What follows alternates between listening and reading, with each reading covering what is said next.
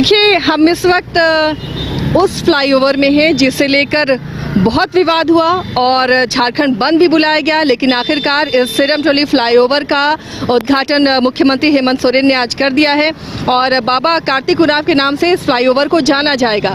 फिलहाल यहाँ से शाम का नज़ारा कैसा दिखता है उन तमाम विरोधों के बीच में अब ये फ्लाईओवर क्या हमें बता रहा है, कितनी सहूलियत अब राजधानी वासियों को होगी वो आपको दिखाएंगे। हमारे सहयोगी करिश्मा भी हमारे साथ जुड़ी हुई। कई बार आपने देखा होगा जब ये फ्लाईओवर बन रहा था, लेकिन अब शाम होते ही इसकी खूबसूरती आप लोग देखिए बाइस्कोप की नज़र से। करिश्मा, काफ़ी विवाद हुआ लेकिन राजधानी को एक सौगात मिली है, यहाँ की जनता को एक सौगात मिली है। ट्रैफिक जाम से कितना निजात मिलेगा? जी आसिया, आपने सही कहा कि विवादों के बीच अब फ्लाईओवर का उद्घाटन जो है खुद राज्य के मुख्यमंत्री हेमंत सोरेन ने किया है। तो ऐसे में कह सकते हैं कि जो जाम से लोगों को परेशानी होती थी उससे अब निजात जो है लोगों को मिलेगा, क्योंकि 20 मिनट लगता था अगर हम कड्रू से सिरमटोली का अगर सफ़र तय करते थे आसिया, तो जाम की वजह से लगभग 20 मिनट लगता था, लेकिन अब बताया जा रहा है कि 2 से 3 मिनट लगेंगे।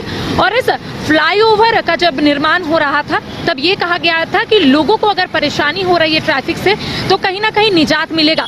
देखिए, हम अपने कैमरा सहयोगी गौरव को भी बोलेंगे इधर की भी तस्वीर दिखाए कि देखिए यहाँ पर साउंड प्रूफ ग्लास वॉल जो है वो लगाया गया है।